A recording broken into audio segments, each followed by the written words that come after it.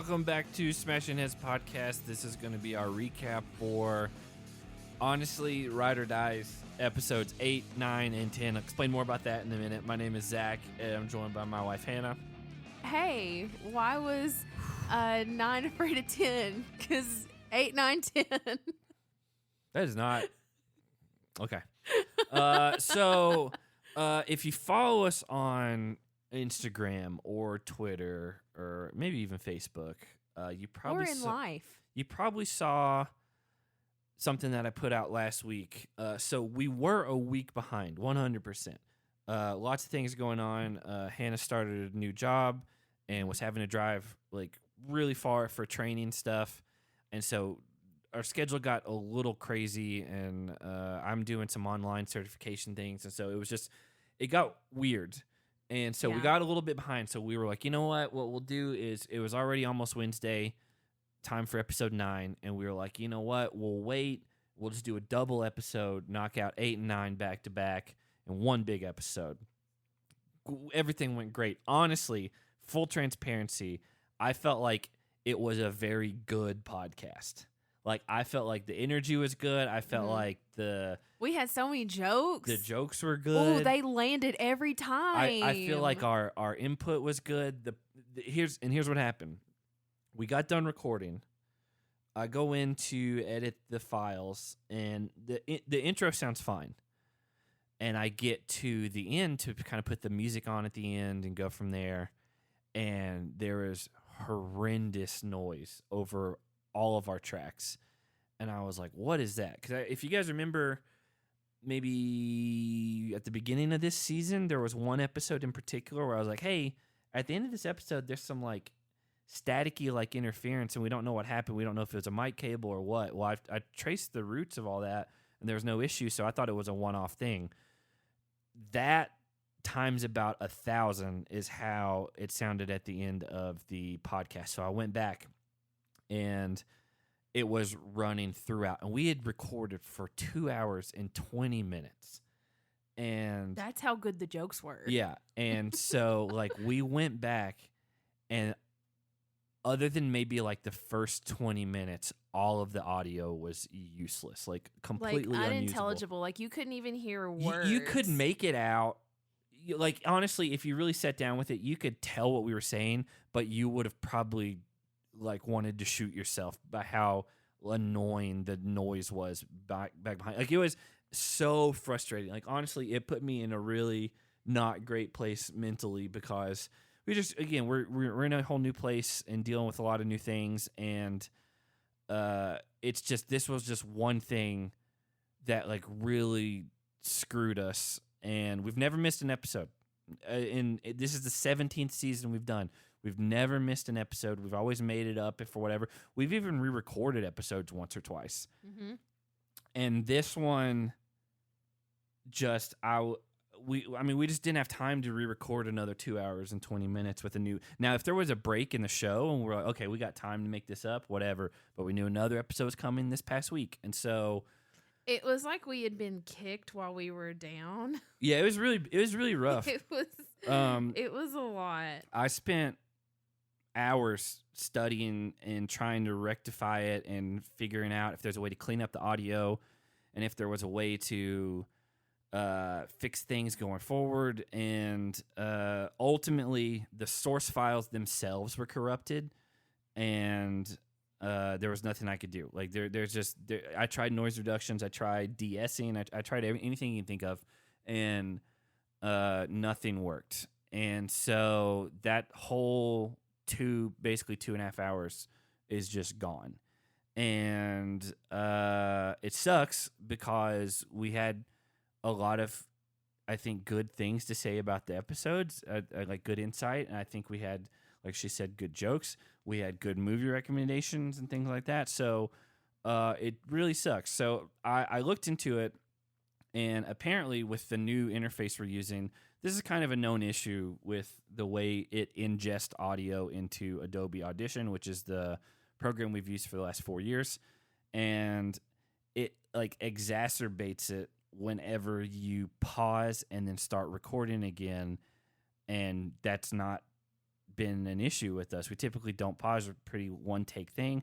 There were a couple of things we had to pause in this 2.5 hour one. I think because it was 2.5 hours, and we drank a lot of water, there was a necessary bathroom break.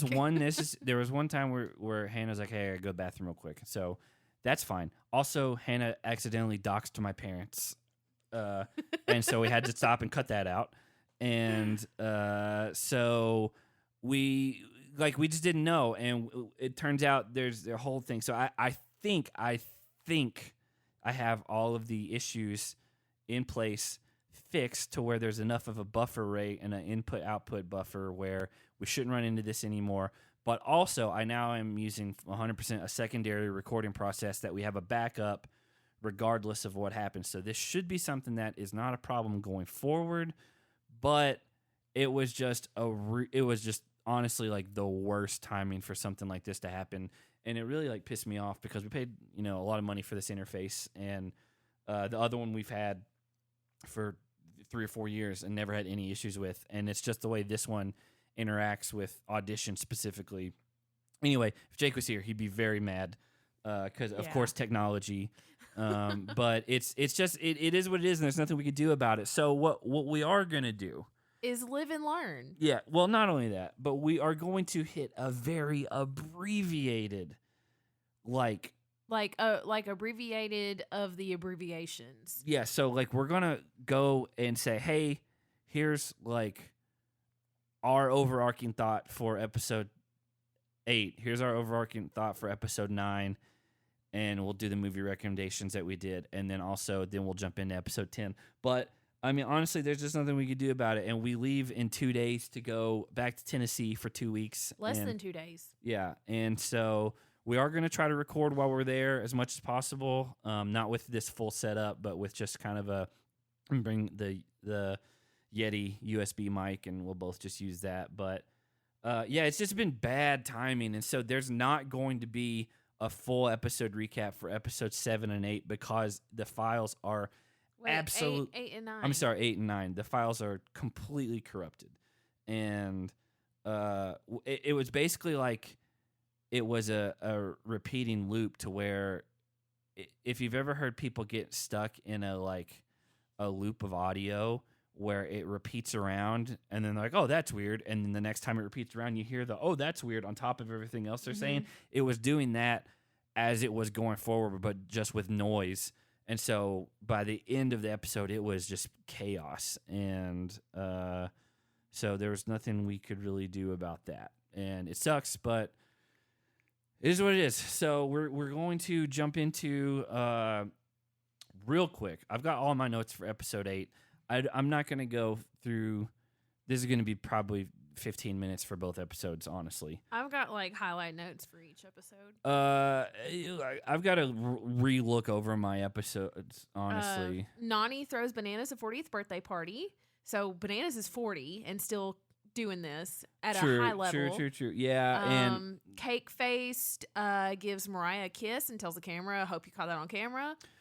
True. Interesting. So yeah, the daily was the Double Trouble daily, which was the cars where you had to the one person in a car collecting keys and the other person was running back over the cars.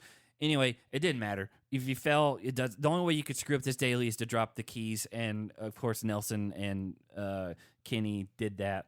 Devin says that people regularly refer to him as Fat Tom Hardy.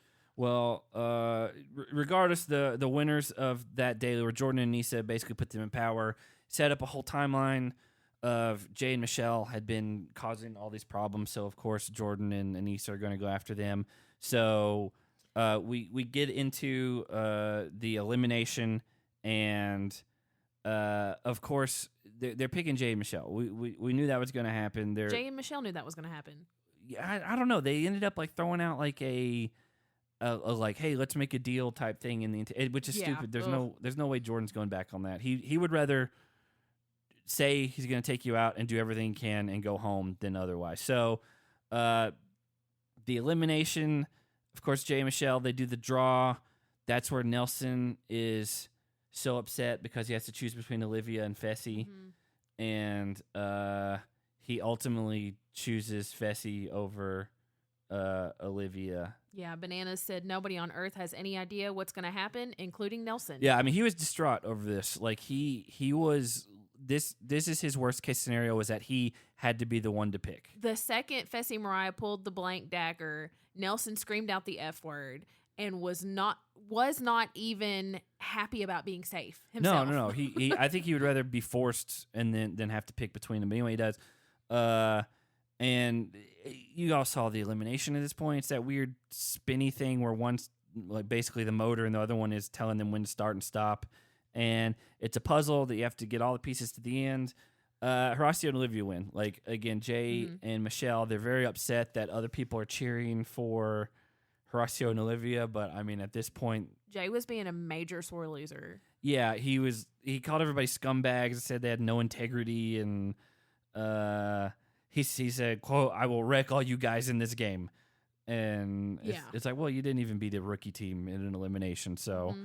TJ announced a big change around the corner coming the next episode. He did say that, which we didn't know what it was. We're in the future now. We do know what it is now, but only to an extent, because there's even a trick that happened in episode 10. So that's brief, but we had a lot more jokes and a lot more stuff we got into, but it's too far out at this point. So we get to the movie. Oh, well, I guess we can do the...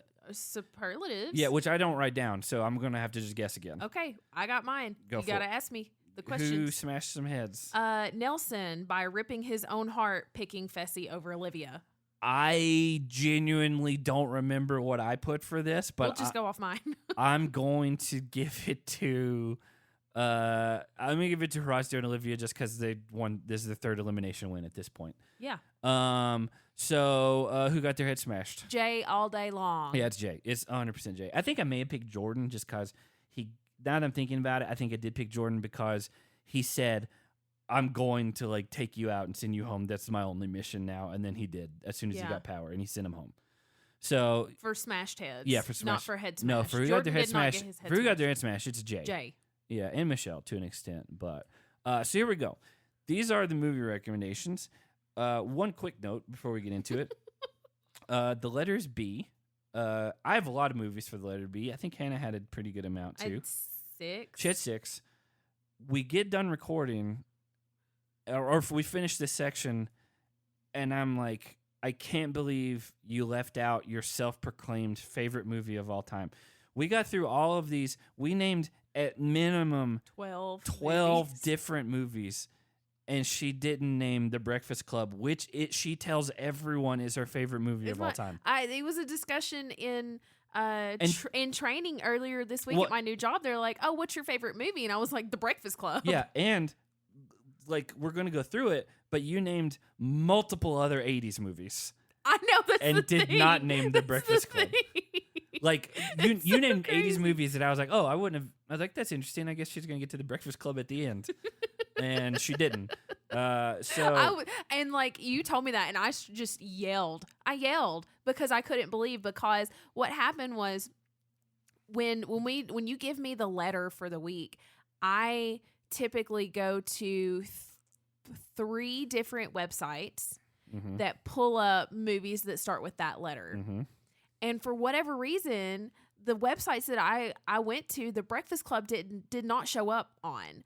But 2 weeks prior, you had given us another letter, and there's one list that will have like really good options on it, but also there's some sprinkled in that do not start with that letter. It starts with a totally different letter, and The Breakfast Club was on that list, and I was like, oh, I have to remember for B, Breakfast Club. So here's the thing. When we do this, I don't use those curated lists because they leave out a lot of stuff. I get on Wikipedia, and I look at every single movie that's ever been made in cinematic history, foreign or domestic. And so I go through every single movie because I don't want to forget something. I don't have the patience to do that. I do it every time, except for this week. This episode 10 one is completely different because I knew right off the bat what I was going to do. Oh, yeah. I know. So this one is letter B. I go through everything. You're getting crazy like Middle Eastern movies and all kinds of stuff that you're like, I don't even know how to pronounce these, but you stay diligent and you work through it, and then you don't forget certain movies. I had a lot for this one, and I am going to my first pick. I asked you on the last recording if it was allowed, because technically it's called Bo Burnham Inside. That counts. I'm gonna save it, and because coincidentally the next week was so I'm gonna save that for we my next can't list. change our list. No one knows. No, only me and you know, because no one else has ever heard it. But you just said it. Well, no one else has ever heard it. Because I have so many B movies, and I didn't have some I movies. I would rather move this to I. Okay, well, in that case, when I add The Breakfast Club to my list, do I say like, oh, this is the movie that I said I would take off of my list to make sure? Yeah, that's what I would do. So instead of Bo Burnham Inside, I don't know what I'm gonna start with, but you know what you're gonna end with. Do I? I don't know. Okay. I'm just gonna go right off the bat and say Birdemic. That's Birdemic. Right. It's all one word. It is it's one of those movies that's terrible, but it's very fun to watch because they are not trying to make a bad movie. They are trying to make a very good, kind of preachy about environmentalism movie, and it is awful in every way imaginable. CGI looks like someone copy and pasted JPEGs on something. Yeah, the conversation was, for as not technologically savvy as I am. Yeah. It was as though you told me, Hannah, this is the movie that I want to make. Yeah. And it's going to be a movie for us to just watch for our. It's just for us and maybe Jake. And you were like, for the CGI and the special effects, you sat me down at your desk and you said, here are the 3 different apps on my computer to use. Mm-hmm. Figure it out. Make the movie. Yeah, it's almost like if in that scenario, you got hired to do like the editing and special effects for a movie because you had lied on your resume, and this is what it turned out as, because you just didn't know. Mm-hmm. It's awful. The script is awful. The sound is bad. Yeah, but it's still watchable. The acting is bad. Acting's horrible. Oh, it's so bad. Yeah. So Birdemic is if you like bad movies, it is a good one to watch. It's about as good as it gets. Yeah. Okay. Number 1, Back to the Future. Which again, that's what surprised me because it should have been The Breakfast Club. But yeah, agreed. We both I knew you would pick that, so I didn't put it on my list. I love all of the Back to the Future movies. I think they're all good, but number 1 is the first one is number 1 for a reason, because it's just the best. Agreed. My next one is gonna be Black Klansman, which is John David Washington, which is Denzel Washington's son, and Adam Driver, and Topher Grace. Mm-hmm. And it's set up, I think it's in the 70s. It's been a little bit since I've seen it, but basically over the phone, John David Washington kind of infiltrates the KKK, but to get in there in person, he has to have Adam Driver go in as the like real life representation of it, and so they have to like know what each other has talked about in the past and all that stuff.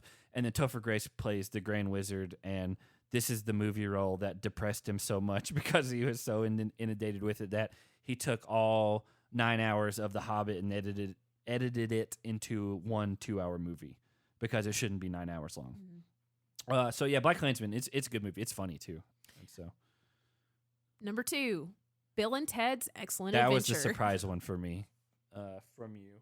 I love that movie. Yeah, but again, I didn't think it'd make your top 5, which it technically is. This the one? No, it's still in my top 5. Okay.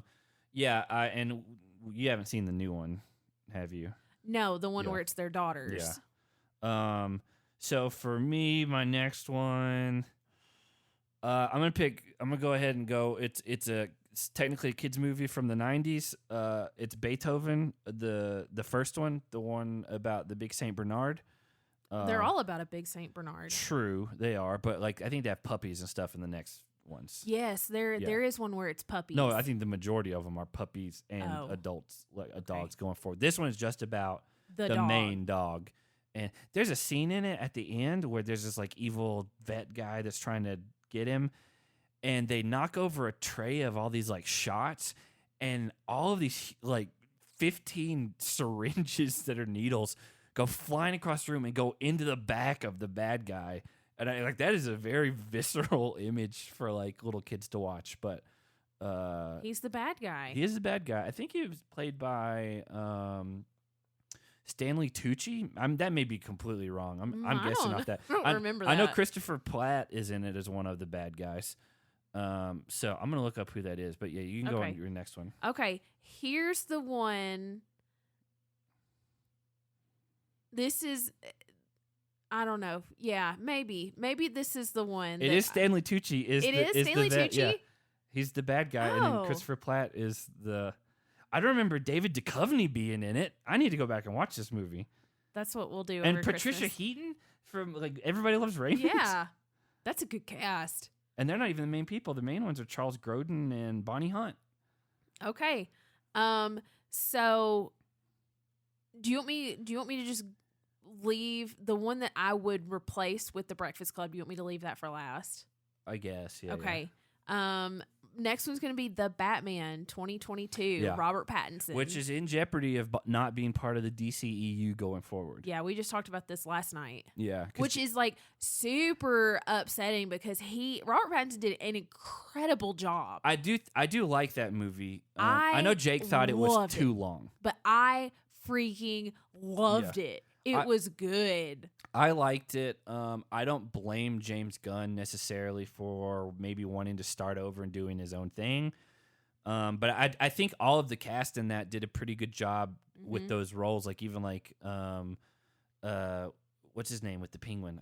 Because he doesn't look anything like him.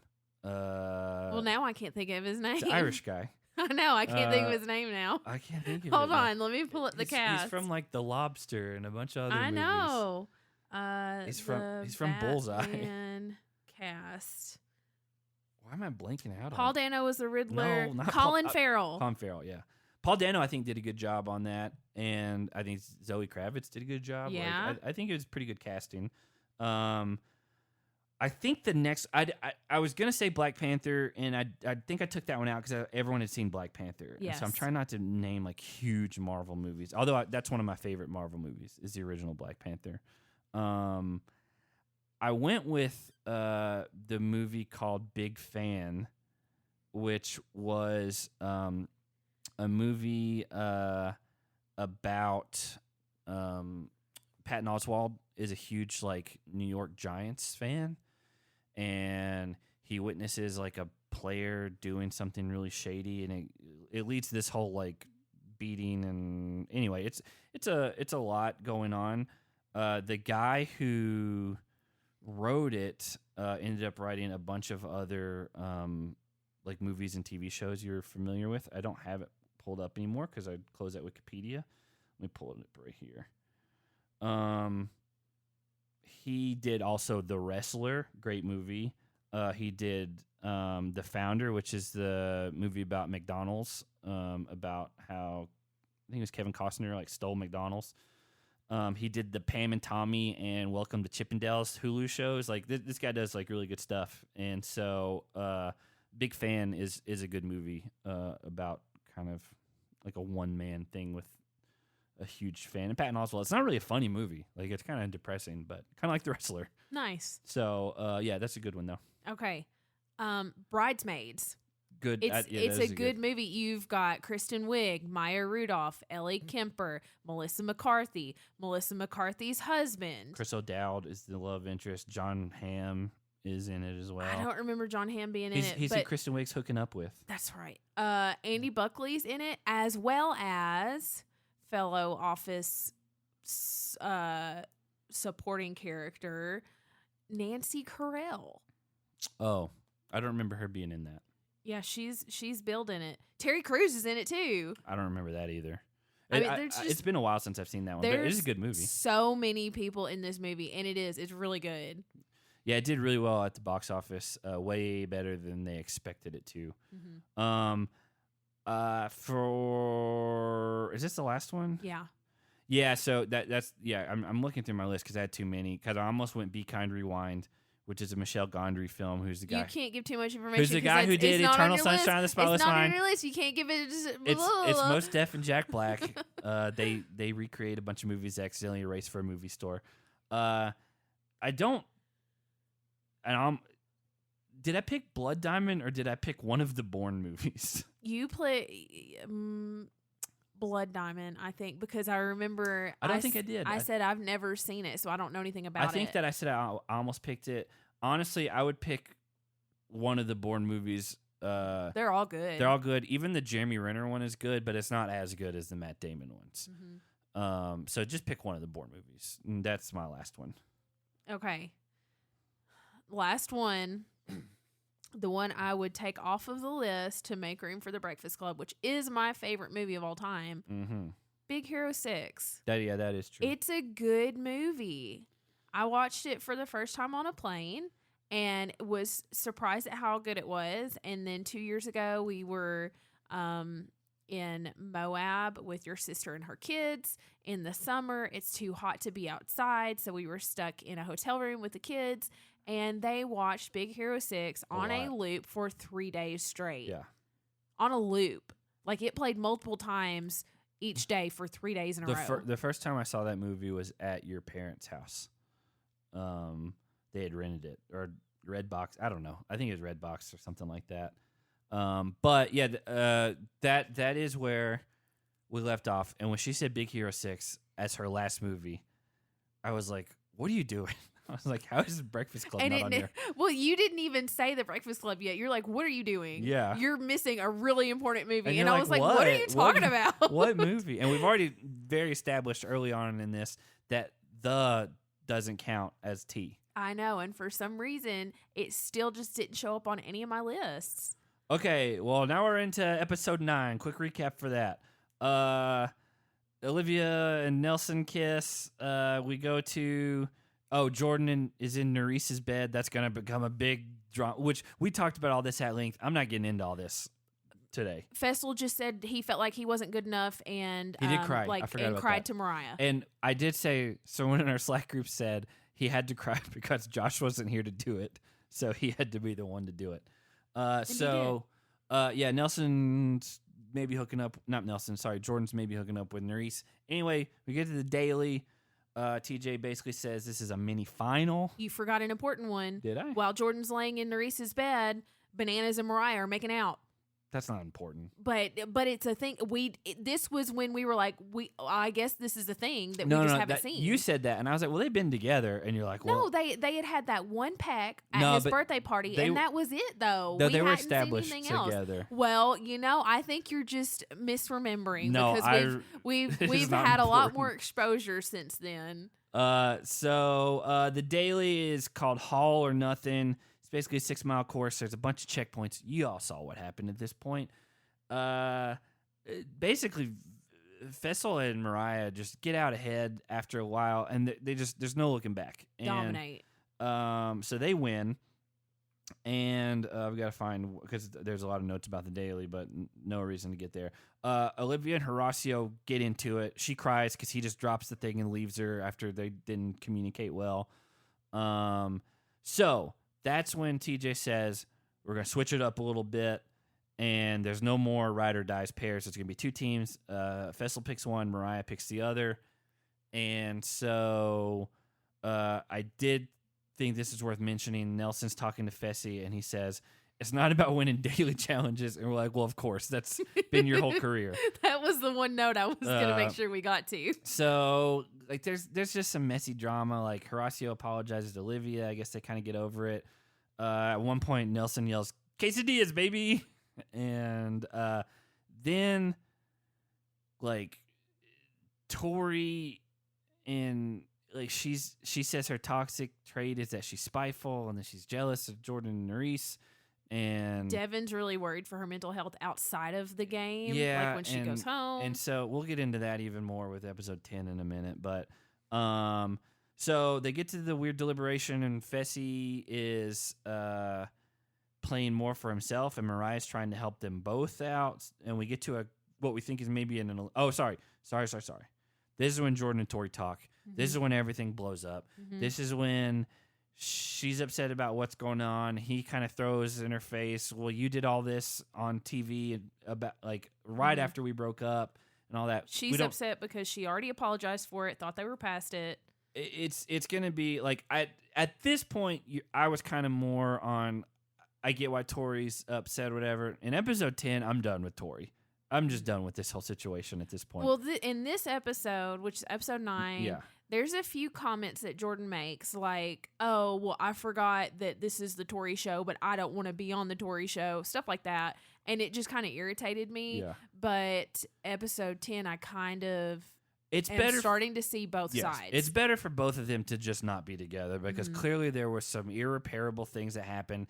And when you get back in a weird relationship, like after you haven't seen each other, you forget the bad stuff and only tend to go off the like the serotonin and like the good feelings and all that stuff. And so we talked about at one point when Jake went through a really bad breakup, told him to like write down all the reasons why you feel the way you do and why you broke up, why you're not happy with this person, why you've been depressed for a couple weeks or months, just so that way you have something to look back on when you forget about those things. And so anyway, that all happens. They flip a coin. Fessy ends up picking Casey, Anissa, Bananas, Chauncey, Nelson, Olivia, and Tori. Mariah's team is Kenny, Jordyn, Nany, Amber, Nerys, Horacio, and Devin. So Devin's quote, Fessy's team is stacked, probably outweigh us by 500 pounds. You thought that was not that much of an exaggeration. It's probably not, if I'm being like the Mariah's team is very slight, and we will see that coming into episode 10. I said at this point, I hope that they really do some thinking on the dailies and stuff going forward to make it fair, which as of the next episode, they did not. Yeah. So we get a mid-season trailer. Who cares? We'll see all that going forward. But the letter for this episode for movie suggestions was I. No smashed heads? Oh, sorry, I did forget. Because I don't write that down. That's why I just skipped over it. You need to work on that. I know, because I just go off what either you or Jake say. But you didn't even ask about it. That's because I don't write it down. I just. That's why I'm saying you need to work on it. I just do it in the moment. So who got their head smashed? You went out of order. Who smashed some heads? Who smashed some heads? TJ with the no more pairs news. Yeah, that's. I mean, there's a lot of people that were still here that were banking on their partner being the reason they got to the final. I mean, Kenny is one. Anissa is one. Nany is one. I mean, it's just, there's definitely some people who would be like, oh, crap. Yeah. Like Chauncey, like, even, like, he doesn't know how this game works. Like, Amber was the one who's, been in a final. And so, anyway, I don't know who I picked for this one, if I'm being honest. TJ,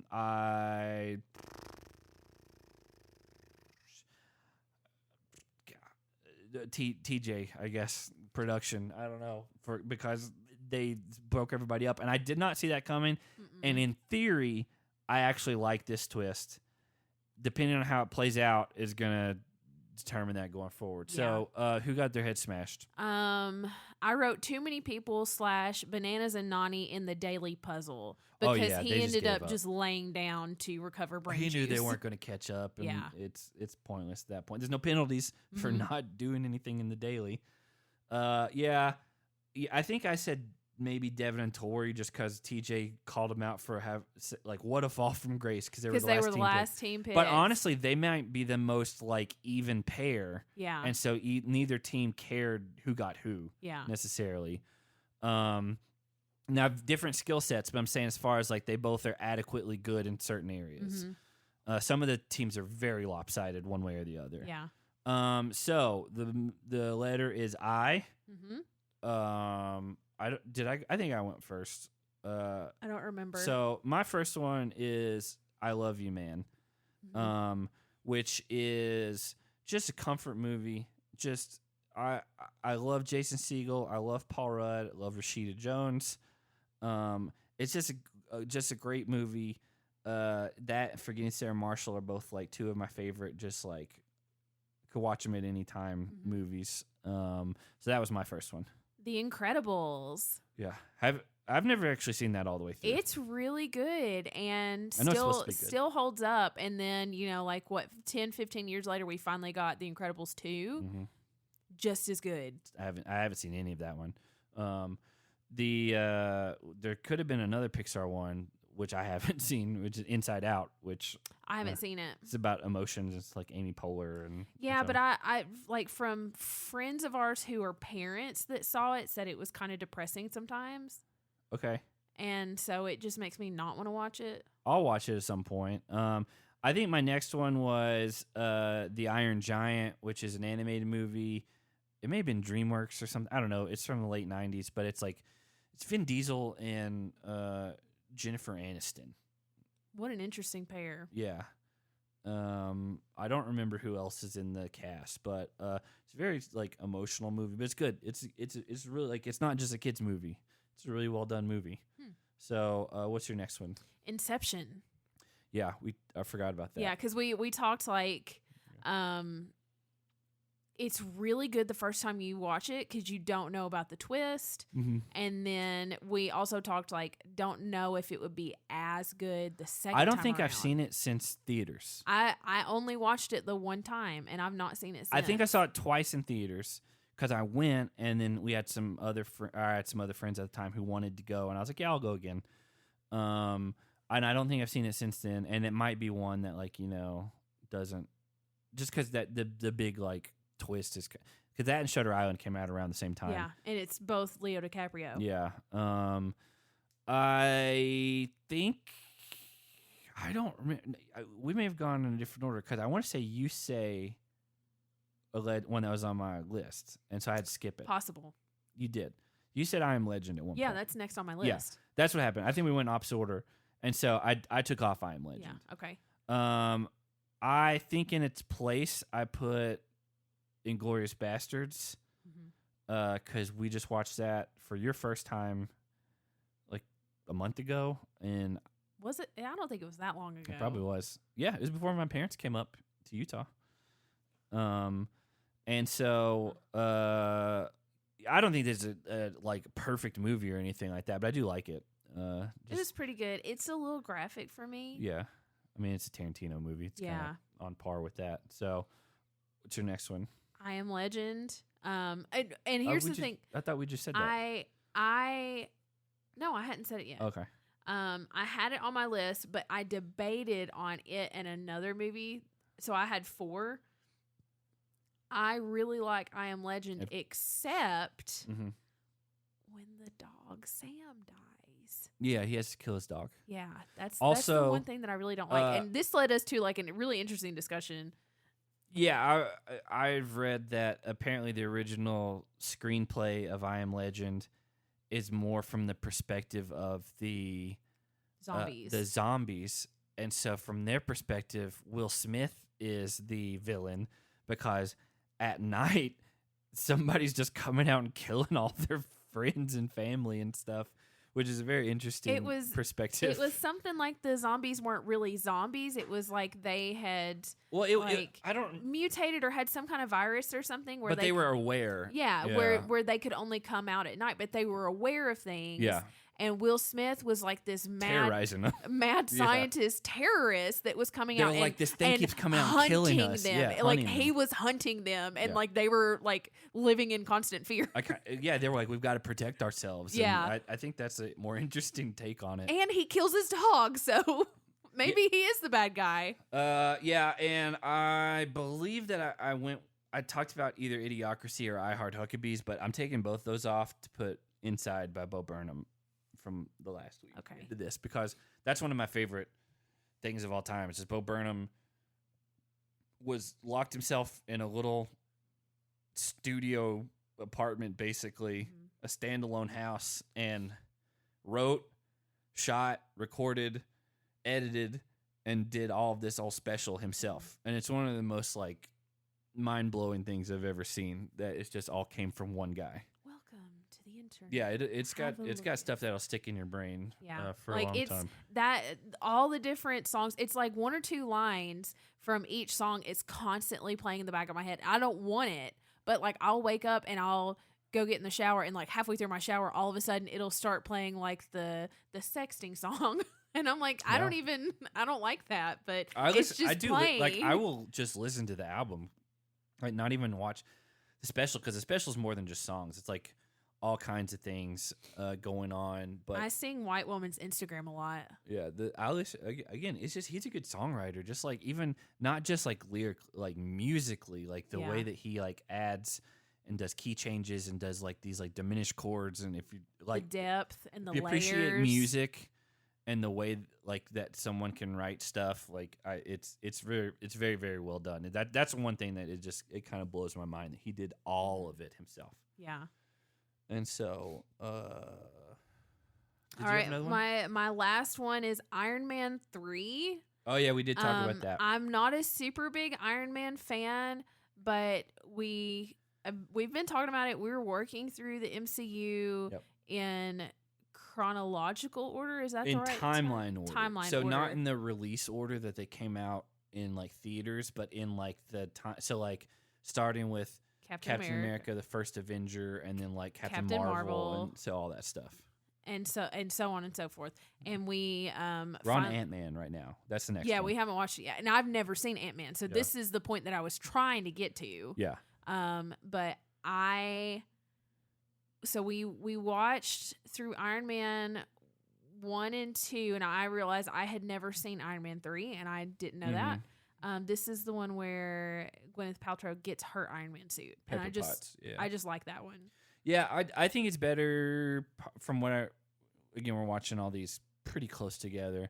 I think it's better than the second one. I know most people don't feel that way, and I think that The Incredible Hulk with Edward Norton, which is also an movie, is the worst MCU movie that we've seen so far, for sure. And I like Edward Norton, and I like Liv Tyler. I don't mind it didn't work, and it was early on in the MCU. It was like CGI was not good.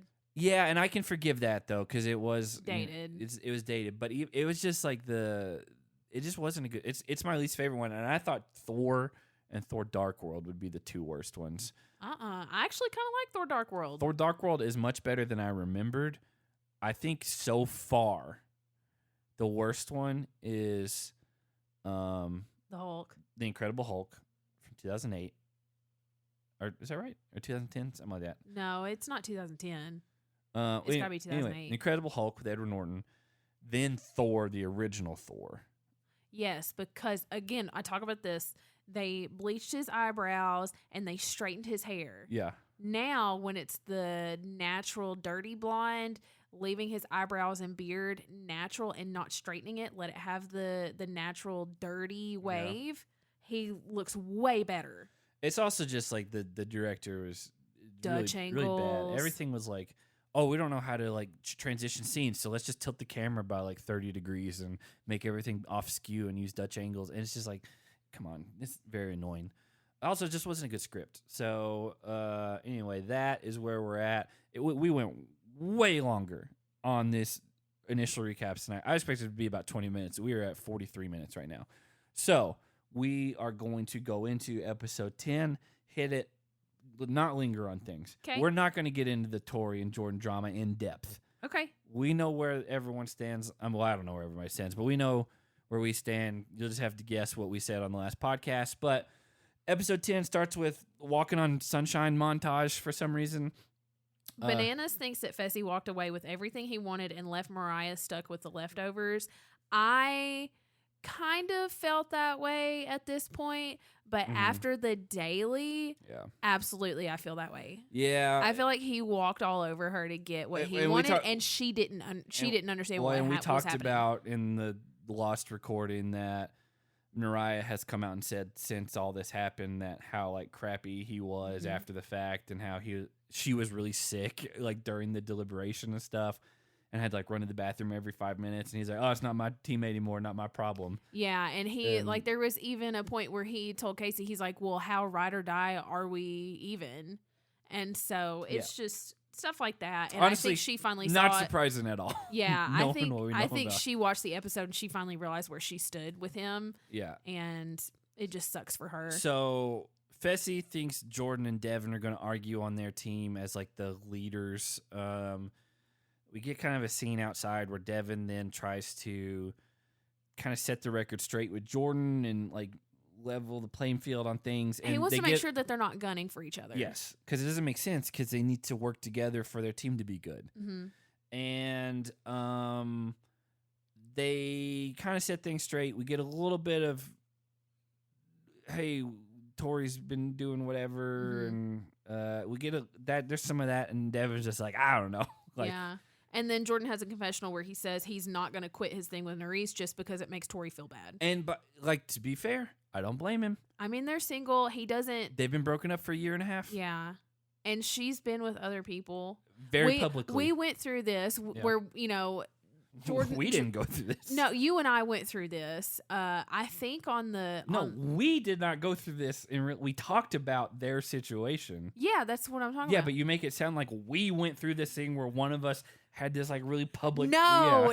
What I'm saying is you and I dissected this where when Jordyn brought up the past in Tori, he's like, well, with Fessy. And then we realized Emmanuel. Yeah.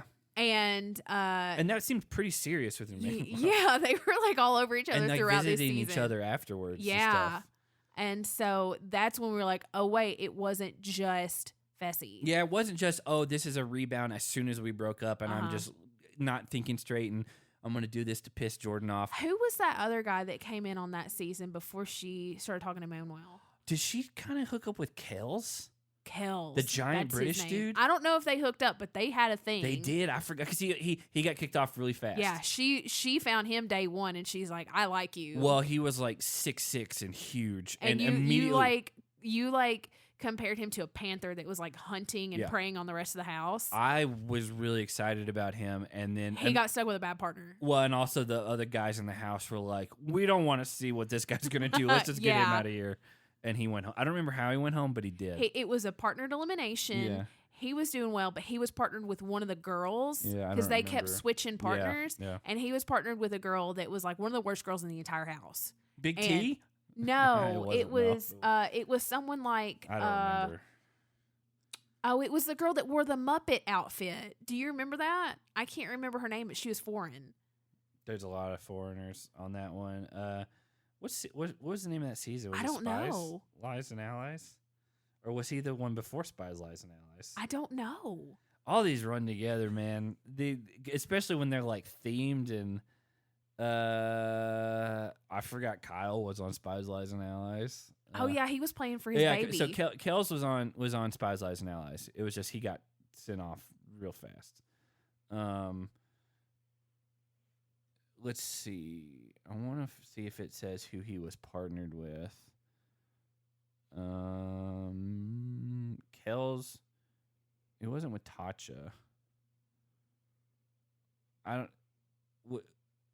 He was with either. He was with Tracy from Love Island, Germany. Yes, Germany. Yeah, that's what it was. So yeah. Anyway, how could we forget this season when we had Hughie? I didn't say forget it. I just said it all runs together. And what was? Oh, I feel like who was on this that he got into it with? Surely it wasn't Corey 12 Dates. It was Corey 12 Dates. Yeah. It was. Yeah, because they were like in the elimination, and it was like Corey 12 Dates and Michelle versus Hughie and Amber B. And Hughie like went off and like was showing like really bad sportsmanship, and then TJ it was so funny. It was TJ one was of the funniest things that's ever happened. Let's not. and yeah, I think afterwards they kind of like realized they got caught in the heat of the moment because they're like, hey, we're like two of the only gay guys here. Like we don't need to be like going after each other and like misrepresenting and all. Anyway, it's but in the moment I was like, this is so funny. Yeah. what because it was so over the top what Hughie was doing. And so anyway, yes, Tori had not been with just Fessy publicly. And again, Tori and Jordyn broke up a year and a half ago. Yes, I understand they were engaged, so that makes it a lot harder. It's a lot more, of a gut punch. But I mean, Jordyn also has a point. Like they're not together. He doesn't owe her anything. Agreed. And like, yeah, they probably shouldn't have gotten as close as they did early on in the season. He and Tori. Yeah.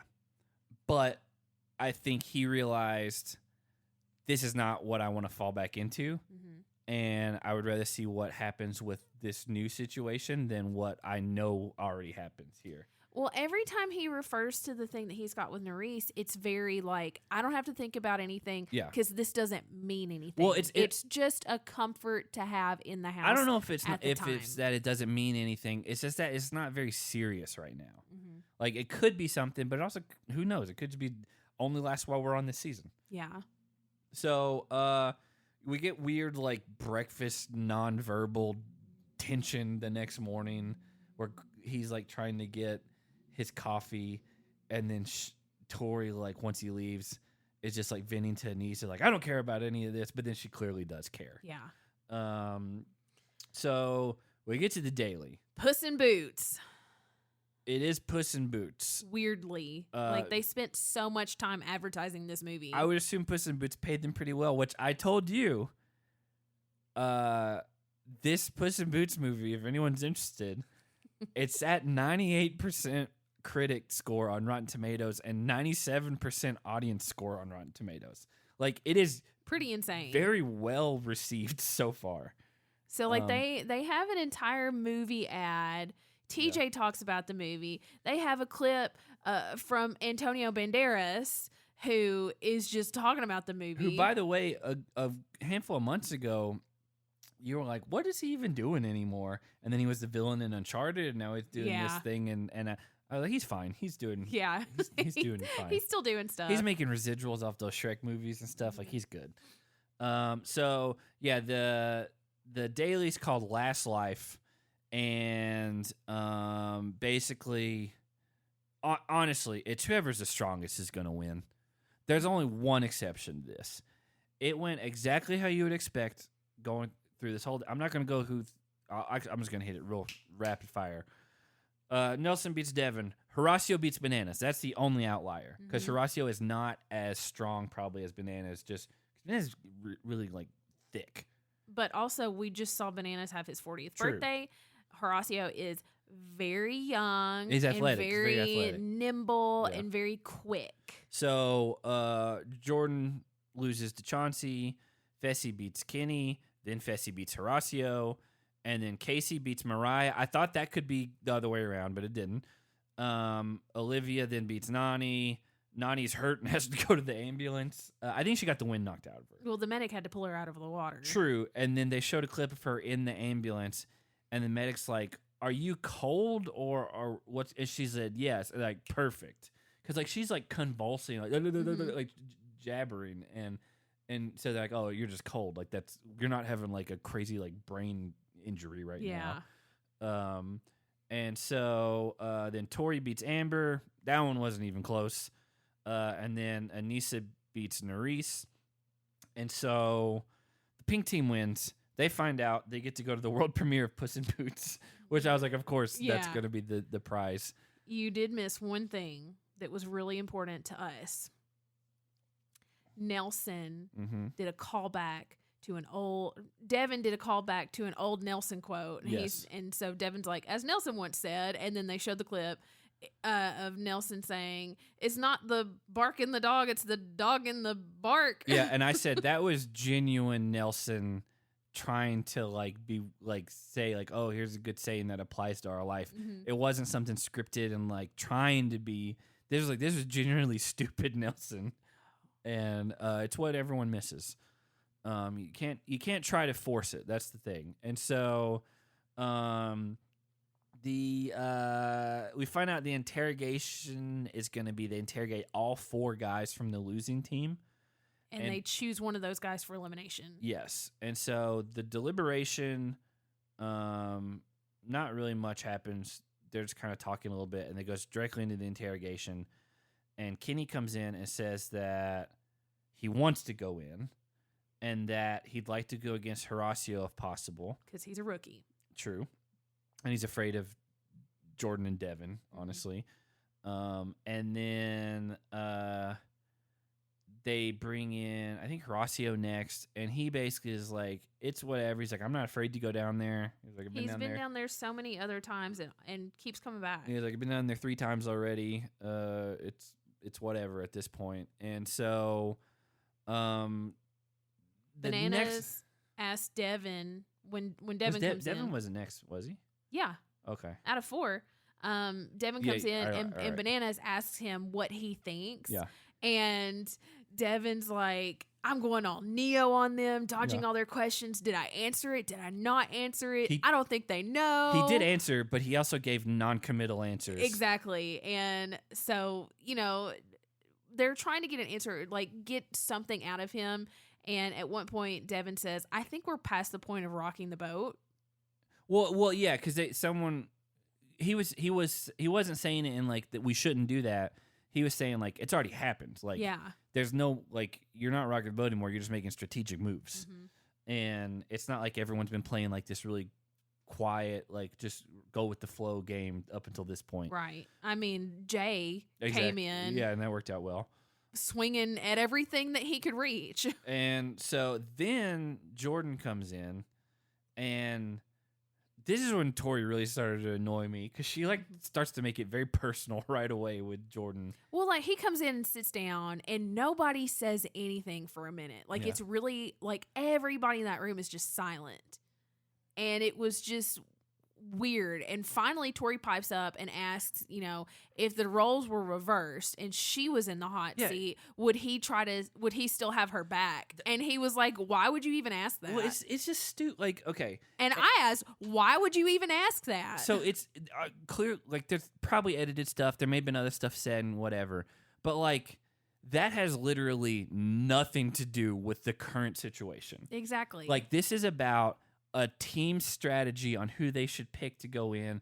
No one was asking like, hey, Jordyn, would you save me? Like, it wasn't like Bananas like, if it was the other way around, would you save me? And then it just got to Tori. But she just like interjected their personal drama into this like. With all these other people in the room. Which had nothing to do with it. And it's just like, why? Like, and he was like, why are you even asking that? Like, that has nothing to do with what's going on. And I was like, man, she's down bad at this point. Like she's just can't help but try to make it about he's seemingly moved on. Yeah. Because I don't remember if it's now or later that she says, well, I don't really know where we stand. And I was like, everyone else knows where they stand except her. Well, at this point, when she makes this interjection, this is when I immediately thought, oh, Jordyn said earlier he doesn't want to be part of the Tori show. Yeah. I mean, this is a good example. This moment felt like the Tori show. Yeah, it's like, hey, this is not about me, but how can I make it about me now? And so that was annoying. And so then they get back to the house. Nani's back. She's fine, like completely fine. Like no issues at all. And so go to night out. Mariah and Amber talking to Horacio, and they, for whatever reason, want him to be sneaky. Well, Mariah was like, we really need to up our social game now. And I'm like, what point would upping your social game be? Because it's 2 teams against each other. Well, I told you at this point, and I was just like, I was like, there's no like other options. One team versus another. Yeah. But I was just like, Mariah's team is, other than Devin and Jordyn and Nani to a degree, very timid. They're not the most outgoing. They're not the loudest. They're not the most social. Mariah's very quiet. Amber B kind of just cries and people don't like her. Then you have Horacio, who's very not comfortable going out of his own little zone. And he keeps making this point. He's like, I want to play an honest game. I don't want to sneak around. We talked about in hashtag the Lost Files about when Michelle was up for elimination. Amber B apparently made this thing where she's got to go hug everybody that was nominated, and she goes to hug Michelle, and Michelle doesn't hug her back, and then Amber cries for like 20 minutes. Well, like after that, Tori is talking to someone, I don't even remember who, but I think Fessy. Fessy. Yeah, she said she's worried about the repercussions of taking a quote big shot. So going after Devin or Jordyn because it's going to be a girls' week probably next week, and if they lose, then she's afraid she's going to be on the chopping block. And so that's what makes the next thing so like weird, hypocritical almost, because she goes to talk to Jordyn and she's trying to make a deal, and she tries to put it in this perspective of, I'm trying to look out for you and do what's best for us and all that stuff. Her confessional says that she's trying to save Jordyn. Yeah, which is not true. She's trying to save herself if they lose next week. Yeah, and Jordyn sees right through it. Yeah, I mean, and he doesn't need to make a deal with her. Like, I don't know. Like, earlier on in this whole situation, I was more on Tori's side as far as he said some things that were probably in the past and you're not supposed to really dredge that back up. But as time goes on, I'm so much more on the side of, there's probably more to this than we're ever going to see. Yeah, and that we're kind of getting a little bit of a glimpse behind the curtain with some of it now. And so anyway, they were giving Kenny a lot of camera time, including like the next morning. There's like a Kenny, Nani, Casey little thing. And I told you, I was like, they're giving him a lot of camera time this episode. And I was like, that's typically not a good thing if you've had no camera time going forward. So I was like, there's only one or two options. Either he's going to go in and pull a major upset, or they're like, oh, this guy's about to be sent home. We've got to give him some time. And turns out it was the latter. And so get to the elimination, and TJ is like, all right, you guys are all going to cast your votes. And so you guys ready? Fessy, who's your vote? And that team, they panic. They're like, oh, God, what are we doing? And it's like, you guys should have had this figured out beforehand. They had plenty of time. Yeah. And also, they're like smart. Like, they're mostly veterans. Like, they know how this game works. They should have had it. And they all panic and don't know who they're going to say. So they all have to huddle together and figure something out. And then I think this is when Nelson and Chauncey and Olivia all said that, like, they don't even know what's going on. No one's talked to them about. Because everyone starts voting for Horacio. Yeah. And Nelson, Olivia, and Chauncey, all three did not know that that's what the team decided to do in going after Horacio instead of Jordyn. And so the three of them feel like they are outliers at this point. Yeah, I mean, the thing is, if you go after Jordyn, like, he's probably going to beat anyone. And so you're kind of... although, if you somehow do send Jordyn home, that team's done. Yeah, like, that team's devastated. 100%. And so, you know what? Honestly, I almost would take the shot and at least try to get Jordyn to maybe have a 10% chance to go home. Because then the draw happens and you never know what's going to happen. But so they vote Horacio 7 votes, and then Kenny got 1 because Olivia wouldn't vote for Horacio. And they go to draw. Devin immediately draws a safe dagger, saves Jordyn, of course, because, like, if you don't save him, you're basically tearing your team apart. Yeah. And so it's called Breaking Barriers, and it is basically set up similar to like a hall brawl style, plexiglass sides, but it's like there's a sheet or a sheetrock or a drywall, however you want to say it, like first layer, and then there was the next layer was wood like panels. No, the next layer was the locks. Yeah. The door with all the padlocks on them, and then the next layer was wood, like a wood beams. You had to get, not beams, but like just like not. They weren't even 2x4s. I don't even. It was like wood panels. Yeah, they were thin that you had to chop through. And then the last one was a bunch of huge lag bolts. Those things were like 6 inches long, and there was tools outside of the little area, and you had to grab the right tool for the job.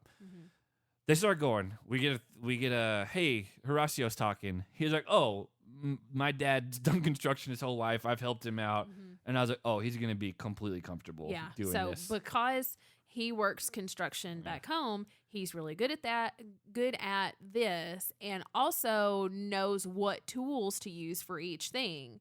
Kenny has never done construction a day in his life. Immediately grabs the wrong thing. Grabs a monkey wrench to clip out the locks. And I'm like, that's not going to work. Everyone yelled at him like, no. They're like, go back. Also, like with the drywall, like Horacio knows kind of like the give of it and knows and then Kenny's just kind of like beating on it and not doing much. And they're like, no, like use your feet, like get into it. Kick it. And so it's just, he got behind at the beginning, and I think they cut it to where it seemed closer, but even though they both were on the last leg at the same time, like those lag bolts probably took longer than any of the other stuff. Because other stuff you're just like kind of breaking through and getting through. Like the lag bolts like take a long time to and there's like 5 of them on each side. And so Horacio won pretty easy. I think we all expected that going in. He's now 4-0 in eliminations, which is crazy. Yeah. Devin calls Horacio the most attractive electrician on the planet. I can't verify that, but I don't know a lot of electricians. He might. You know what? I actually do know a few. I know and I'd one. say Horacio is the better looking out of all of them. He's also younger. True. Than the ones I know. Yeah. And he's prettier. Yeah, I said that.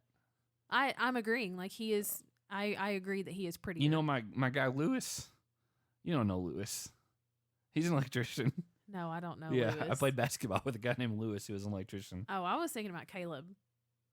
No, I wasn't even. I forgot about him. But sorry if I know you're not listening. But there's no way he's Horacio is prettier than both of them. I don't think he's gonna care. So Horacio wins pretty clear.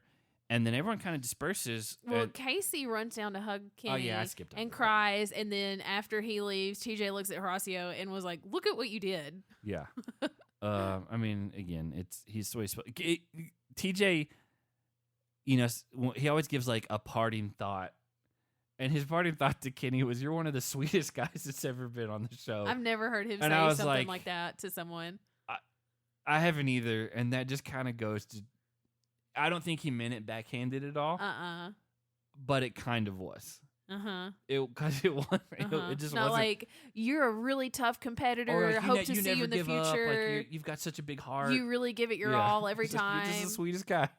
And, so anyway, we get kind of an establishing shot that kind of lingers around. And I was like, what's going on? And then Kenny walks back in there and TJ's like, hey, what's up? And he was like, you don't know this, but as long as your partner's still in the game, you still have a chance. And he said, you live and die by your ride or die. And so, fully speculative at this point, I'm assuming there's a redemption house. No, not at all. Why would there be a redemption house? Because the redemption house is to work your way back into the game. If that's what they're doing, get out of here. I think it's if your partner makes it to the final, all of a sudden they're going to show. They're like, oh, hey, by the way, you 6 people made it to the final. Well, guess what? You're doing it with your ride or die, and then all their past partners come back. If that's interesting. Yeah, there's a little bit of a logical flaw in that because, like, there's a decent chance like Tori and Devin could both make the final. And so I guess it's not going to be a full surprise other than like, hey, you're going to be working together. But my assumption is at the final, before it starts, TJ's going to be like, oh, hey, by the way, you're back with your ride or dies now. And then people are going to be like, well, ours got sent home. And it's like, nah, they didn't. They're still here. And they're like, oh, my God, I can't believe they're still here. If Fessy or Mariah make it to the final, I don't think they're going to be happy. Yeah, they got bad blood between them. Yeah. And whose fault is that? Fessy's. But yeah, I think that's my speculation is that it's going to be a team game up until the final. And then it's back to partners. Then it's going to be a surprise twist back to your original ride or die. And if they got sent home already, they're back in the game, which I don't mind conceptually, but we'll see how it plays out. who knows going forward. So that's where we're at. The episode ends, and I don't know anything else going forward. So who smashed some heads? TJ to Kenny by telling him, "Hey, You're the sweetest out guy of here. You're the sweetest guy. You're the sweetest guy here. You're leaving. Oh wait, you're back, but only maybe." Yeah, I'll give it to Antonio Banderas for working his way into the show and doing a one-off to the camera, specifically to the cast of the challenge, and for proving you wrong for doubting his relevancy. I mean, he really got me there. Yeah, and also for killing it critically. Like, it's doing really well. So he's raking in dough right now. Who got their head smashed? All of Mariah's team. Okay, from a physical perspective, yes. I'm gonna give it to Tori. Yeah, because she is clearly. Again, the quote was something along the lines of, "Well, I just don't know where we stand," and it's like everyone else in the world does. Mm-hmm. Like, it's clearly you guys were together and you kind of rekindled it a little bit, but it's not going to work, and he's not interested. You shouldn't be interested. Uh-huh. Everyone in the house knows where it is except for you. Everyone watching seems to know where it is, and so that's who I'm going to give it to. So here we go. F movies. Okay. Letter F is the thing. Ready? I get to go first. Why you went first the last two? No, I didn't. Yes, you did. Yes, you did. That's how we got off track. You're like, oh, that's right, because you went first originally. I know. That one I did. I didn't go first both times, I don't think. I think you did. Well, I'm going to go first this so time. my first one. Fast Five. Yeah, I knew what all of yours would be. Yeah. Honestly, how many did you pick? 5. Do 6.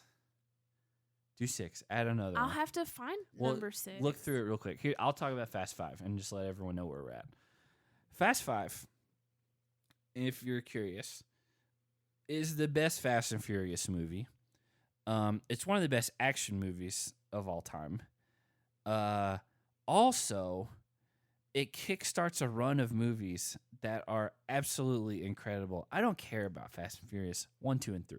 4 is fine.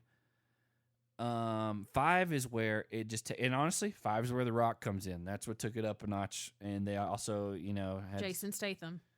He wasn't in 5. Oh, but he did come in. That's the thing. Like, he came in later, and so it's just great. It's set in Brazil. They drag a bank vault through the streets. Like, it's wild, and it's really good. And it's unironically one of my favorite franchises because it's absolutely insane. Don't go into it thinking, oh, that could never happen.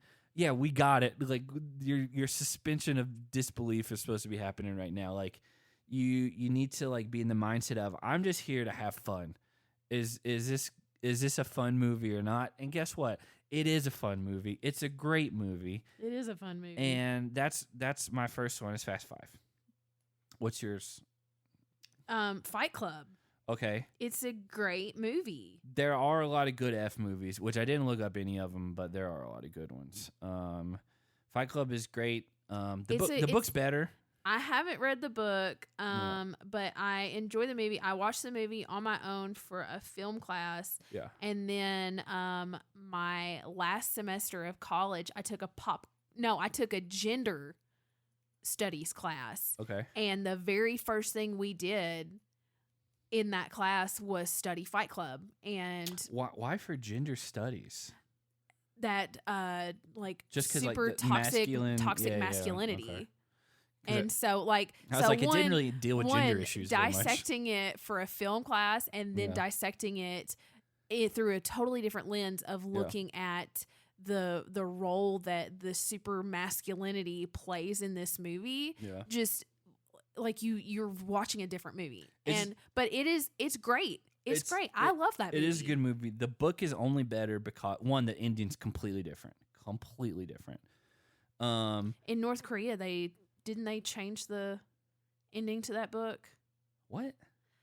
I mean, they probably don't have that book in North Korea. Or not book, movie. Or is it China? Probably China. They wouldn't have gotten American media in North Korea. I'd read somewhere. I'm almost positive it was Fight Club. We talked, and it was something like that where they changed the ending. Well, like I think that I know what you're talking about. I think it's probably China, and they literally just like cut off the last scene and just put a text screen up. They're like, hey, they did this and this happened and whatever. Because in the movie they watch the place burn down that they're trying to at the end. In the book, they go way deeper into Project Mayhem, which is only like the last little bit of the movie. Yeah. And they like explain in the book like how to build your own bombs and stuff like that. Like it's so much crazier in the book, and it's a much bigger story arc than what it ended up being in the movie. But it is good. For the next one for me is just Fast and Furious, which is the 6th installation of I knew that this is what you would do. Franchise. Again, it picks off where 5 left off, and you got to be careful with this one because it's just called Fast and Furious, not The Fast and the Furious. And it's great. It came out in 2009, and I think this may have been the one where Jason Statham came in. I like the one with the ones with The Rock, and I like the ones with Jason Statham. I don't see the Jason Statham listed on this. Sorry, not 2009. Did I say 2009? It's 2013. It's I'm trying to look at Hobbs and Dominic. Where's this one located at? Rio Heist, blah, blah, blah. Yeah, it is in London. So this has got to be the one with Jason Statham because this is in London. Well, surprise, Hans comes back, which you didn't know was a thing. Spoiler alert. Jeez. Oh, you know what? Jason Statham is actually not technically in this one until the mid-credit scene. Oh. He, yeah, I think this is the one where he shows up and everyone's like, oh, crap. And then the next one is when he's in. So, they're just great. You don't have to know anything about them. Go in blind. Do whatever you want. What's your next one? Ferris Bueller's Day Off. Yeah. Again, 80s movie. Classic. Oh, it's such a good movie. They steal his best friend's dad's Mercedes. Yeah, I know. And it's like his baby, and then they wreck it. Well, they also are playing hooky from school. Yeah. But, I mean, that's everyday stuff. That's why it's called Ferris Bueller's Day Off. It's a great movie. So, yeah, my next one is Furious 7, which is the next installation of the Fast and the Furious. You know, it's exactly what it sounds like. It's a Furious movie. I believe this is the one where Paul Walker died midway through filming. Jason Statham is top 4 billed in this one, so this is where he fully comes into play. This is the one with Charlie Puth's song at the very end. This is the one where they had to use like Paul Walker's brother to like do a lot of the acting because and then they do that weird thing where like they do a close up of Paul Walker in the car, but it's his brother, and they like CGI Paul Walker's face onto his brother's head, and it's just weird. It's not weird. It's great, and it's still a good movie. You know, obviously the franchise after this one changes a little bit because there's no more Paul Walker. They give him a good send off. I was in the theaters with Jake. He cried at the end of this movie whenever this Charlie Puth and Wiz Khalifa song plays, and they split directions. Oh, I love it. Go, like where Vin goes one way and Paul goes another. Like they did good with like his character as far as like they're like, oh, he's going to be going to just live a quiet life with his family. Like he can't do this stuff anymore because basically they're superheroes by this point. And it only gets wilder from there. Yeah, so that's it. Furious 7. Okay, my next one, Free Guy. It's a recent one. Oh, yeah, that's Ryan Reynolds. Yeah. I would not probably put that in my top whatever, but I did enjoy it. I couldn't find F movies that because I couldn't take any Fast and Furious movies from you. You could take the first 3. I knew that was going to be your thing, so I was like, I didn't even look these up. I have to find something else. And so I was like, well, I really enjoyed it more than I expected to. But you and I went into it, at least I went into it not knowing anything about it. Yeah. Just that it was Ryan Reynolds' new movie. Yes. And it was a fun little movie. It was really funny. Yeah. Again, it was better than I thought it was going to be. I'd say it's a good 3.5 out of 5. But my next one is The Fate of the Furious F8. And I believe this is the one where they have to they're in all the ice and stuff. Is that right? I can't get it. Yeah, I think that's what this one is. Keep that straight. Again, Jason Statham's second build in this one, by the way. Big deal. This is the last one with The Rock in it, I believe, which is a detriment to the franchise. Yeah, major disappointment. This may not be the one with. It's been a little while since I've watched this one, and they do tend to run together a little bit. But The Rock and Vin Diesel. Vin Diesel's got too much of an ego. Honestly, I would rather The Rock go forward with this franchise than Vin Diesel. That's taking a stance against family. It is, but it's just he's that good, and so this is for one where Charlize Theron and Kurt Russell and some of them are in, and so she plays an excellent bad guy. Yeah, again, these are great movies. These are good. These are really good movies. I really like the one where they have the 2 Dodge Chargers that they pull the bank through. That's Brazil. The first one I talked about. I know. Yeah, that's Fast Five. That's probably my favorite one. That's the best one I think overall. And so then what's your next one? My next one is Freaky Friday. Lindsay Lohan and Jamie Lee Curtis. I love that movie. Yeah, Jamie Lee Curtis came out in the last really recent. I want to say it's the last couple weeks, where she came out in an interview saying that she would love to do a Freaky Friday sequel with her and Lindsay Lohan, but it's where Lindsay Lohan is a mom now and Jamie Lee Curtis is a grandmother, and they switch places. It's a whole thing. Yeah, I don't know how well that would work conceptually, but we're in the era of nostalgia reboots, and so they'll make it happen. It might happen. So my next one is F9, The Fast Saga. Yeah. Which is honestly not as good because The Rock's not in it. 100%, it's not as good, but it's still good. Mm-hmm. They do bring in John Cena, which I do like John Cena. I like John Cena in this. Yeah. But he's like a long lost brother. Yes, giving away a little bit in that one, but yeah, and they go into space. That's what happens.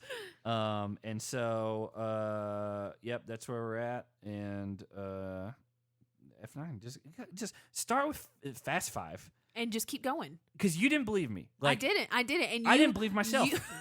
I watched. I think I watched 4 on a plane, and I was like, you know what, this isn't bad. I was like, I like this, and then 5 came out, and I was like, oh my god, it was like, this is amazing, and then it changed your life. Yeah, and you didn't believe me.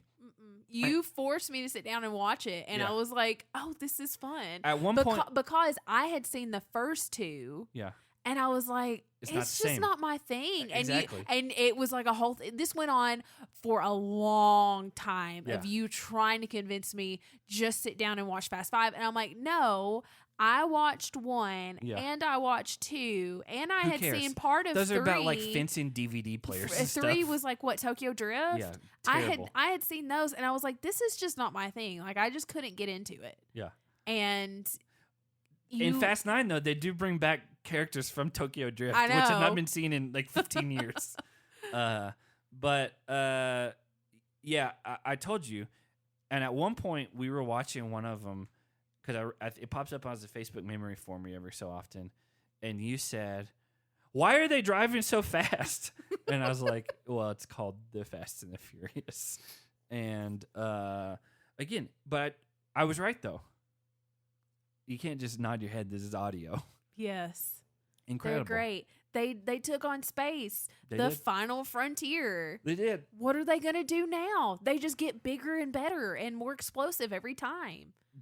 How do they top it? Someone has come out and said that They're going to the moon. No, I mean they've already gone to space. So the idea has at least been thrown out. I don't think it's ever going to happen to merge Fast and Furious and Jurassic Park. Like where they're shared universe. Like where that doesn't even make sense. I know, but that but they could do it. But someone has been pitching that in Hollywood to where. Oh my gosh, Chris Pratt, Bryce Dallas Howard. Well, I think their run is done, but imagine that world where you've got Vin Diesel and all these people in these cars and Tyrese and Ludacris, and they're like, "We gotta stop this dinosaur." And like it wouldn't surprise me if it gets to that level. Oh, Jason Mantzoukas will blow a gasket. Yeah. So what's your next one? Fantastic Mr. Fox. Okay. I talk about this movie to you. I've never seen all the time. Yeah. It is really good, and it's usually not like my kind of movie. Like it's just not my speed. Mm-hmm. But my parents rented it a little after it came out, and we all watched together, and we all loved it so much. My dad loves this movie. They bought it on DVD, I think twice, because they liked it that much. And it's a Wes Anderson movie, but it's a Wes Anderson animated, kind of animated. Yeah, it's weird stop motion-y. Yeah, but it's really good. George Clooney is the voice of the main guy. It's one of those movies that I agree I would like. I just never got around to it. It's a good movie. There's a lot of really cute and really funny instances in the movie that I like. You've never seen any other Wes Anderson movies. I don't know. I don't usually pay attention to who the director is. Bottle Rocket, The Royal Tenenbaums, The Life Aquatic with Steve Zissou, The Darjeeling Limited. What are some? There's the Grand Budapest Hotel. Like this, I have not he has seen a very any of those. specific filmmaking. Everything's very symmetrical. Everything's very brightly colored in a way. Like well, Fantastic Mr. Fox is like really bright colors. You've seen Moonrise Kingdom. Yes. Yeah, so you have seen that one. But I keep telling you, you need to watch it. It's good. I'm not. You would love it. I probably would. But you won't watch it. I've seen most of his other movies. I don't know. Fantastic Mr. Fox. It's great. I would love to watch it again. Here's my dilemma. I now have 2 movies that I need to say instead of just one. How many do you have left? 1. Exactly. And it took forever for me to find it. Well, here's the thing. I know because I've been waiting for you to say it, and you haven't said it because you've been going through the Fast movies. Well, here's my dilemma. I have to say, because this is the correct title, Fast and Furious presents Hobbs and Shaw, which is The Rock and Jason Statham spinoff, which is, again, great. It's so good. It was awesome. Honestly, I would rather watch these two going forward. Was it Kevin Hart in it? Ryan Reynolds shows up in it. I don't remember if Kevin Hart did. I think Kevin Hart was in it. Idris Elba's in it. Idris Elba is in it. Him and Kevin Hart? No, I'm not. I don't remember. I've only seen this one once, and it was in theaters. With me. Yeah. I don't see Kevin Hart on this cast list anywhere. But anyway, that technically is an F movie, so I do have to say that because it continues. Kevin Hart is in it. Air Marshal Dinkley. Oh, well, he's not listed. He may have been uncredited. But that is where I've got to say that I have to say that one because it is 100% worth watching because it takes The Rock, who was awesome as like coming in as kind of an antagonist and then ends up working with the Fast crew. And then it takes Jason Statham, who was a bad guy, and then ends up kind of working with The Rock now, and they're doing their own thing. And it's set in like Samoa, and they bring in like Roman Reigns, like the wrestler, and like all. Yeah. Oh, I forgot he was in it. Yeah, because he's like Samoan. He's in real supposed life. to be The Rock's like cousin or something. Yeah, and so, and then Idris Elba's in it. Anyway, it's great. Go watch all of them. I'm telling you, except for the first 3, and 4's fine. But really, start with 5. If you want to just start and know like you're jumping in the right place, start with Fast 5. If you want to work your way in slowly, watch 4's worth watching. My other one that is Forgetting Sarah Marshall. I know. I kept waiting for you to say it. But I thought that would be your last one. The I didn't know Furious that you movies. would use Hobbs and Shaw. Well, I looked at the title. It's technically called Fast and Furious Presents Hobbs and Shaw. So I had to say both. Okay. 40-year-old virgin. Another, that could be. Although technically, I think that is a 4-0. But we went through this. I know, and I think it's wrong because when I look at the streaming services, the numerical titles go first. But when I type on these lists, under lists of movies that start with F, the 40-year-old virgin is on that list. Here's the thing. We've already talked about the discrepancies in your list and how they're not accurate all the time. When I go to the streaming service, because I watched Two Guns the other night, it's at the very top under the number 2. It's not under TWO Guns. So there's some discrepancies there, but I'll allow it because 40-Year-Old Virgin's great. It's an incredible movie. And then when Steve Carell goes to get his chest whacked, that was real. I know. It was real. Again, I love the movie. That's you think it's going to be one thing. You think, this is just going to be like this raunchy comedy about making fun, and it's not that It's not. At all. It's about like how Steve Carell is actually the hero in all this, and it's just good. Judd Apatow movie. One of his better ones. They find out that he's a virgin because they start talking about boobs, and he's like, they just feel like big bags of sand. Yeah. And they were like, what? I mean, this was 2005, I want to say. So before The Office really took off. It was before it took off, but they were like filming The Office. So Jane Lynch is in it, and she wasn't really well known before Glee and all that stuff. Paul Rudd's in it, and people knew Paul Rudd, but he kind of got bigger after this. Yes. Seth Rogen's in it. This was before Seth Rogen really took off. He's supposed to be like his best friend or something. Kevin Hart has a one scene thing in it that this is way before Kevin Hart blew up. Yeah. And there's a lot of good people. Elizabeth Banks is one of the love interests, and this was again. There's good casting. He knew what he was doing. So. I'm trying to find another. It's fine. You can pick the Fast and Furious Presents Hobbs and Shaw too. Because it's worth it. Or if you just say Fast 5, like again, it's that good. I'll say Fast 5 because the driving 2 Dodge Chargers pulling a gigantic bank vault through the city of what is it, Rio de Janeiro? Yeah. So here's the thing, and like think of how many people that killed. Guy, if you're listening, guys and girls, anybody listening, I don't care. They didn't just like pull it. They hooked up 2 cars to it and ripped it out of the walls. Yeah. And there's just concrete and like it's still closed. They haven't opened it. Yeah. It's so good. And they're turning corners and it's slinging around. It would have in real life. It would have killed so many people. It would have killed an insane amount of people. All right. Well, we'll be back with you next week at some point because we fly out on Monday or maybe this week. I don't know. It's up in the air, but we wanted to get this out. We didn't go anywhere. It's just we really got screwed on the recording and also I started a new job where I'm gone like 13, 14 hours a day every day. It's well, it's not that much, but it's about it's not that much. When I leave at 5 o'clock, it takes me over an hour and a half to get home. Yeah, I know. That means you would have left at like 3 a.m. No. Yeah. No. Okay, we'll talk about that later. But anyway, we'll be back with you guys soon. We're back on track. We're running through this. We'll see how this season goes going forward. Oh, and just quick shout out from some very trusted sources from people that love the show and love everything about it. Apparently, the Challenge Australia has been incredible. So much so that I've had 2 different people say it's probably the season they've enjoyed the most since Rivals 2.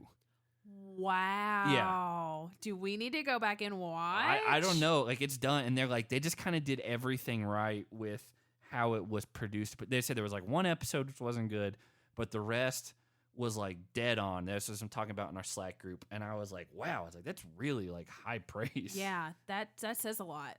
And so if you're interested in that, try to find it somewhere. Maybe on Paramount Plus. I haven't really looked into it yet just because we haven't checked it out. But the weight that carries from those people, it makes me very interested in going forward. So we'll see. But we'll be back with you hopefully soon. Stay safe over the holidays and Merry Christmas, Happy Holidays, and stay cute.